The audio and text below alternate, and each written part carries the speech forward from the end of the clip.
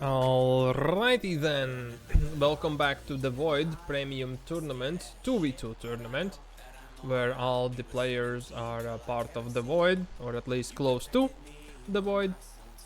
The maximum MMR capacity for the team is 8k, and yeah, it's just a team game of players. And let's see what kind of strategies guys pull out. So this is round 2 of Group D games. This is the last pair of games that we... not pair, probably 2, maybe 3, we'll see, of games that we're gonna cast today. We are gonna cast from round 2. And in the bottom left corner we see Alaska, or Alaska, as because for Latvians it's the soft or and playing Terran. And his teammate is the organizer, the administrator, the source of DeVoid, which is NeXT.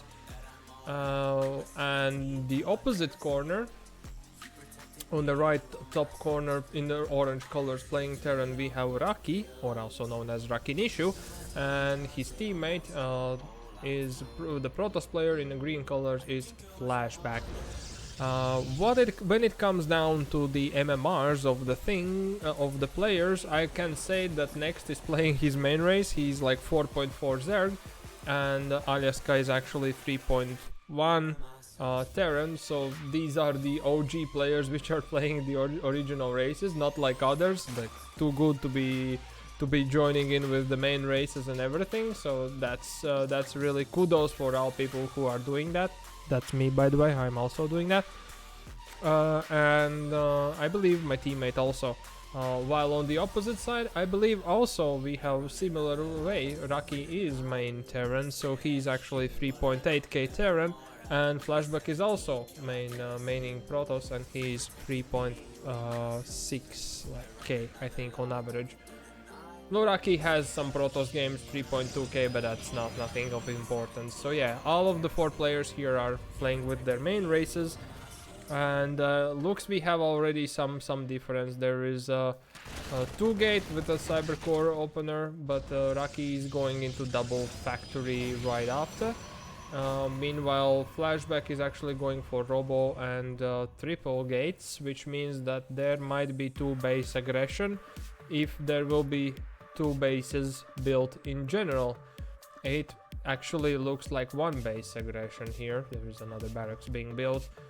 So there's gonna be marine siege tanks and couple units, gateway units from Protoss player here, which is looking scary. It's like 1 base aggression. I believe this might be the strategy which they used in the first matchup against whoever they played. I forgot already. Let me check that for a second. It was Raki against Draco and Frost, and they actually took game 1.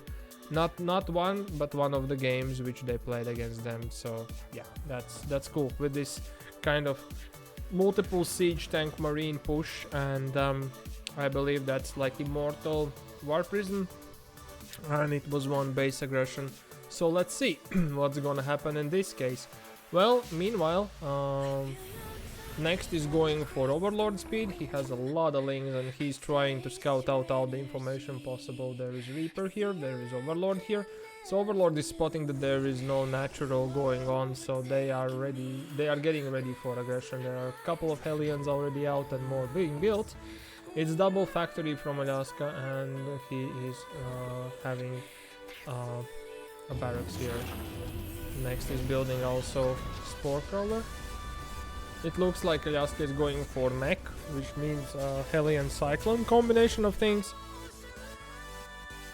And there are some lings scouting out or spotting for the natural going up, and some Hellions here. And there comes the push. It's 4 siege tanks, couple of sentries, Immortal, and first falling is the Overlord of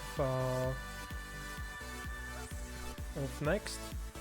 Well, Flashback did pass all these troops over here without a fuss, and they are going for attack. So here are the defenses. The Hellions for some reason are moving out. NeXT is going to lose another.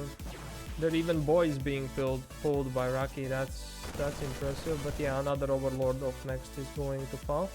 NeXT is sending his links for possible flank attack, and looks like Alaska is doing the same with the six Hellions. So there's gonna be a big surround here.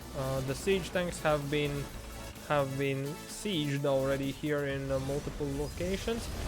Alaska reveals his flank, and NeXT is coming in. Actually, did not came from the top side, and sentries are force fielding the banelings out from actually getting towards the main army of Raki, which is impressive. So all the defending units have gone down. Siege tanks are sieging the natural, the bunker, and immortals and stalkers and sentries are going in. For some reason, the barracks have been flown towards somewhere. There is one cyclone built from Alaska. His natural is still mining, but NeXT's natural is down. He's building a lot of lings because he has nothing else, unfortunately, to provide in this situation. Alaska has a siege tank of his own for some reason. He has it outside. It's actually good, it reaches the ramp, so it's scary enough, but Immortal will be dropped on it, and it cannot shoot in melee range, so that's going to go down. Alaska is repairing his natural, but there is no natural for NeXT, so this is one-sided thing. Yeah, GG is called from Alaska. He's tapping out, and GG is called from NeXT, and Flashback and Raki takes game number 1. So let's jump into the next game. Best of 3. First one was taken by Flashback and Raki. I'm never doing the right scoring. Nevertheless, here on the left side, in the purple colors playing Terran, we have Alaska and his teammate. In the red colors playing Zerg, we have NeXT. On the opposite side, in the orange colors playing Terran, we have Raki. And in the green colors playing Protoss, we have Flashback. Flashback and Raki took game 1 because they did this interesting aggressive strategy of siege tank pushing and leapfrogging with a war prism and immortals and sentry force building and everything. It's really strong push actually, and yeah, NeXT had nothing, just some speedless banes and a lot of lings, and Alaska was opening his 3-1-3 build. No, it's like 1-3-1, yeah, it's barracks into 3 factories into starport, but I think he managed to get to the factories. He managed to have like 8 Hellions, but unfortunately nothing more to protect against that. And as we know, like 4 siege tanks, that's good against lings if they cannot get on them, and good against Hellions if those Hellions cannot get. So as long as they are kept in range, they will outpower every army that comes, you know, as long as they are untouchable. So this is Yellow Jacket, and the openings are quite peaceful, I would say. No, they're not, sorry. I don't know where the barracks is. Oh, the barracks is here. So Alaska decided to open up here, although there are 2 ramps to open up, and he's opening 1-1. Probably into 1-1-1, but I don't know that. And the Raki decided to wall off the top side, and the Flashback decided to wall off an existing entrance into the main base here. Raki builds his command center on the top side in his main base, while Flashback already here. Well, technically, Protoss and Terran has the advantage to wall off like each side of their own, so they can safely go for 2 bases over here, which Alaska is kind of trying to do without taking in mind that the NeXT is a Zerg player, which means that this cannot pretty much be walled off unless there is already creep over there. Alaska is supply blocked and he's going for Hellion. Meanwhile, Flashback goes for War Prism, he has a Stalker, and he goes for Starport. So that might be some Oracle harassment going on. Raki meanwhile has 3 racks with 1 factory, which might mean he's going for bio siege tank aggression. And NeXT actually has built a lot of links that can just get some speed will kick in, and that can start doing some harassment. Well, he has the Overlord that sees that there is unprotected base over here for Flashback, so he is going upon it. Well, technically there is really good place for Adept here. That's an unfortunate switch of buildings the moment that the attack is actually taking place, so... And the unit slowly going on. Alaska is going to harass with the Hellion a little bit. Lings are eating away doing as much damage as possible. And NeXT followed up. That was really good trick from Flashback and Raki.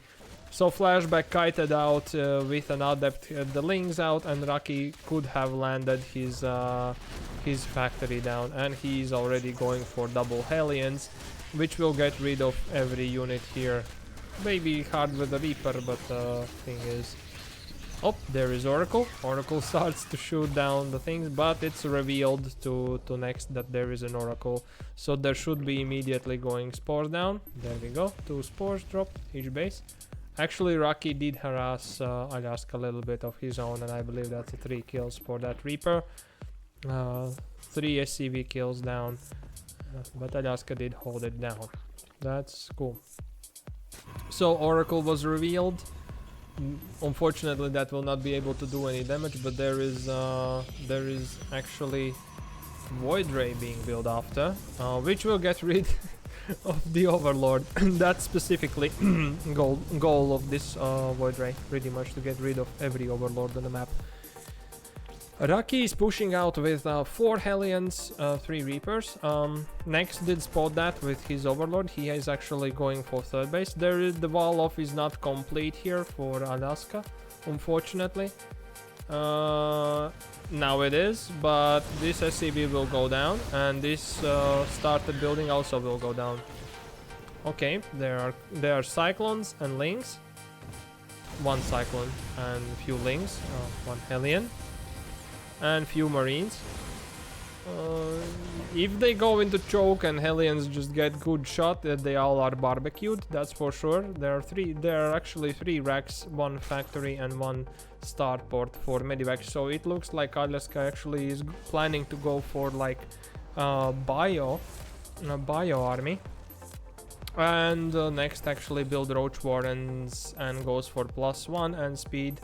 On 2 base Roach. There is a 3rd base as a reserve. So Roaches are really good to protect against both of these units, but Raki jumps in with the Reapers into the mineral line of NeXT. He snipes down the Queen. The drones are evacuated, but more drones are going to go down. The Roaches have no speed, so they cannot transition as fast to go protect their drones. Some drones were lost, but the Roaches are pulled up here, so technically Hellions could have been trying to get in. But now the wall off is fully completed, so Alaska has safely done that. There is Glaive Adepts coming from Flashback over here. He researched the Glaives, get some Adepts. Does he have some gateways? He has 5, 6, 7 of them. Is there a proxy place? Yep, there is actually a Warp Prism already. And a lot of Adepts. So there comes the fight. Adept Shade on top of the army, on top of the wall, so the bunker, no, but the supply depot cannot be lifted. Raki is holding back his troops a little bit, I don't know why. But yeah, it looks like all the Roaches have been gunned down, and Alaska was chasing something over here, I don't know what, but he's coming back now with his Marines and Medivacs. But I think the army-wise, as 1 army of the 2 are gone, the other one also will be gone, because it's 2 armies coming and attacking 1 by 1. So they're trickling in the units, but it looks quite hopeless right now. Yeah, a lot of Reapers and some Hellions here from Rakinishu, and a lot of Adepts doing the damage. GG is called, and Flashback with Raki is taking game 2 and winning this matchup.